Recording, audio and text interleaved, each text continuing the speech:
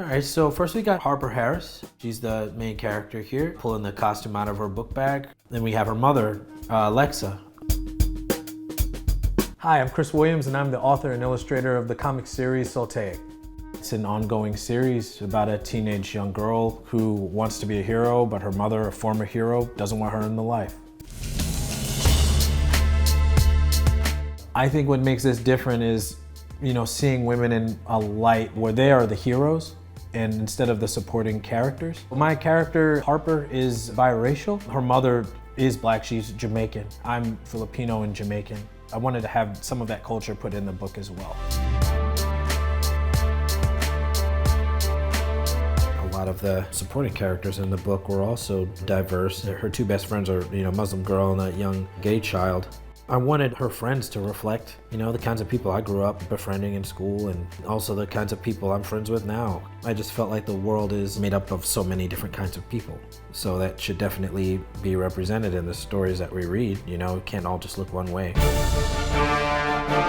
is America Chavez. She is a LGBTQ character. It's important just so everybody can be included. And it's important that everybody's included and represented. One of the more popular diverse characters is Miss Marvel. She's got a TV show coming up. She's Pakistani. There's a lot of diverse characters now. The new Wonder Girl is Latino.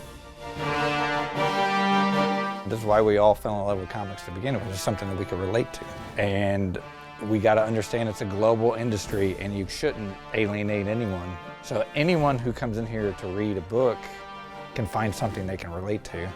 I always like it when I see a customer come in, they love finding that book that speaks to them personally. My father, he saw things in the comic store on his way to work that he thought that I would enjoy, and so he started reading comic books to me at a young age, and that's how I got into reading.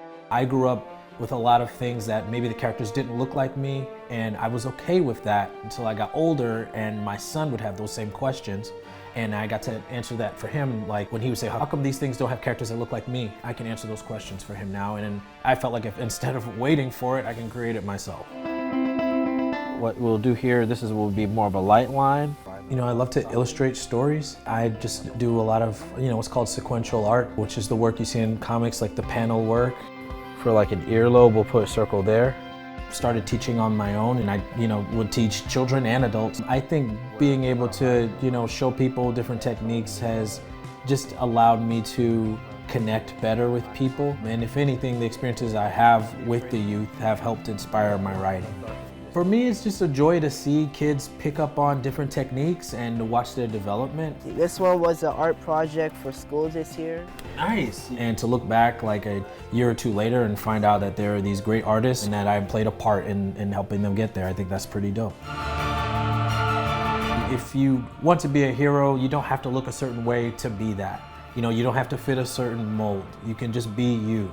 And the whole theme of my story is a character who's just gonna do what's right. She's just gonna be her, and her mother learns from that as well. And that's kind of what I wanted to convey, is that as the children learn from the parents can learn from the children as well to hopefully improve in the next generation.